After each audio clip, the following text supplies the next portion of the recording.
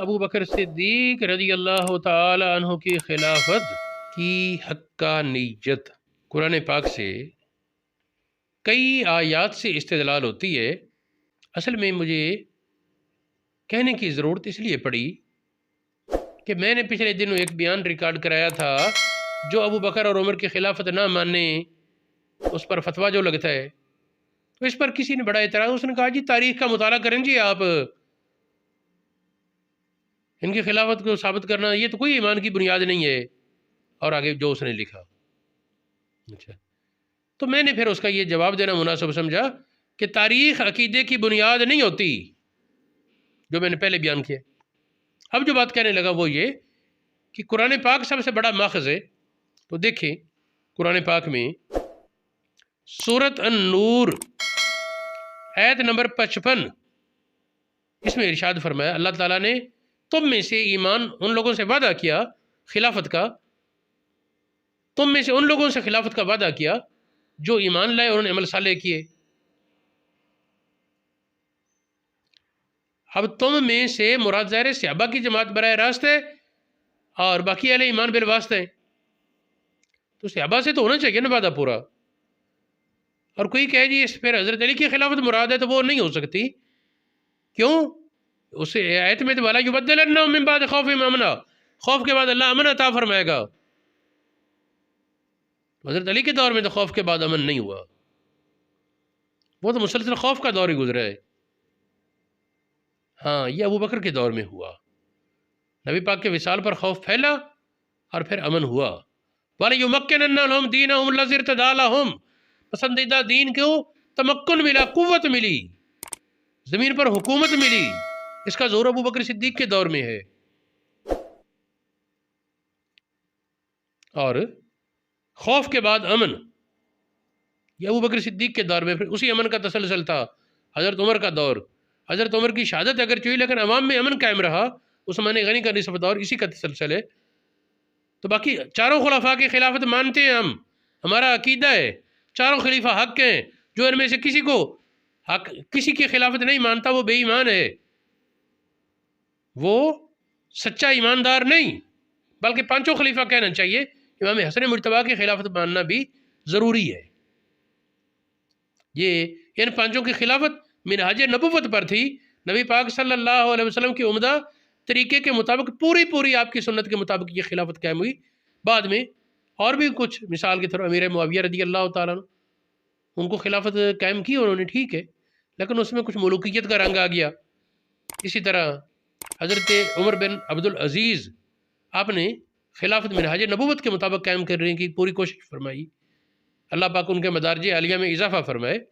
بات یہ ہے کہ میں یہ بات کر رہا ہوں 5 خلفاء، ابو بکر، عمر، عثمان، علی اور امام حسن، ان میں سے کسی کی خلافت کا انکار کرنے والا وہ کم از کم سنی نہیں، کم از کم یہ بات ہم کہیں گے، وہ سنی نہیں، وہ اچھا مسلمان نہیں۔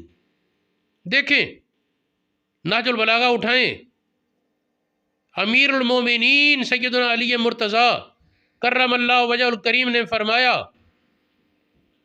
ایک خط میں کہ میری بیعت ان لوگوں نے کر لی جن لوگوں نے ابو بکر اور عمر اور عثمان کی بیعت کی تھی، اگر میری بیعت درست نہیں تو ان کی کیسے ٹھیک تھی، اور اگر ان کی ٹھیک تھی تو میری کیوں نہیں درست؟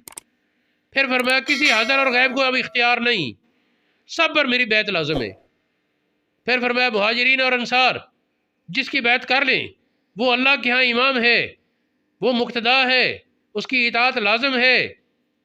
یہ لوگ کہاں بھاگ رہے ہیں؟ نہج البلاغہ پر تو ایمان رکھے نا، جتنی معتبر جانی جاتی ہے وہ میں جانتا ہوں، اصول کافی، فروع کافی پر یہ اعتماد رکھیں، ان کتابوں میں یہ واضح لکھا ہے جو میں بتا رہا ہوں۔ پھر ایک اور پہلو دیکھیں،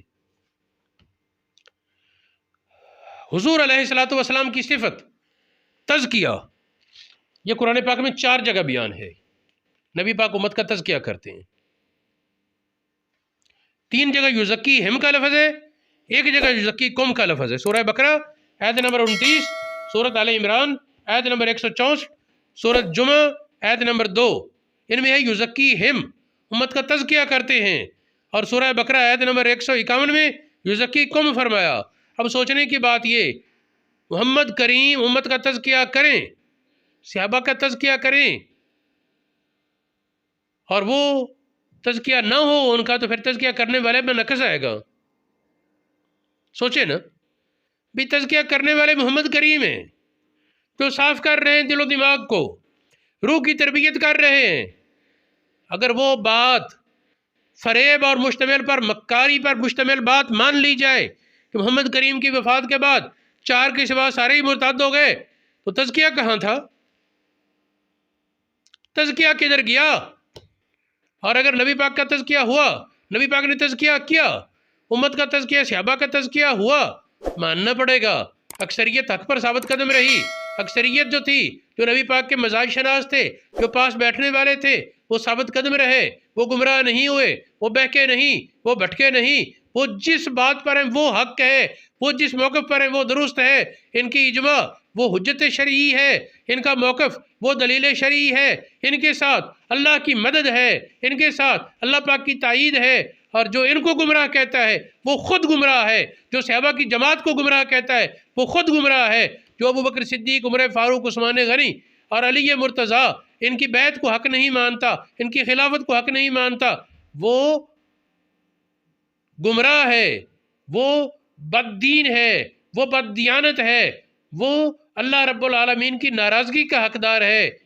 اور مجھے تو اندیشہ ہے وہ ایمان پر نہیں مرے گا۔ سوچ تو صحیح، اللہ کے ولی کی یہ شان، اللہ کے ولی کی یہ شان، جو اللہ کے ولی کا دشمن، اللہ پاک فرماتا ہے میرا اعلان جنگ، من عاد علی ولی فقد آذنتہ بالحرب، جو میرے کسی ولی سے دشمنی رکھے، اللہ پاک فرماتا ہے میرا اس سے جنگ کا اعلان ہے۔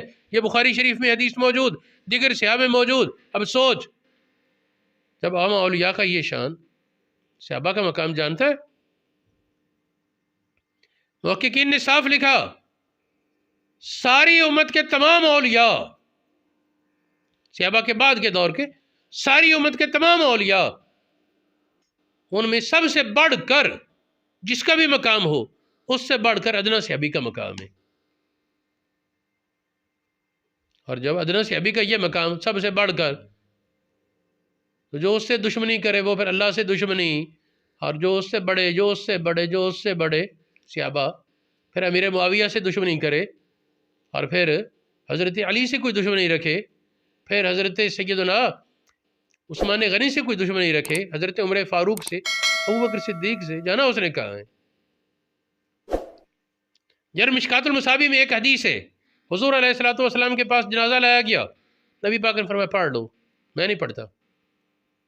صحابہ پریشان ہو گئے، یا رسول اللہ یہ کیا؟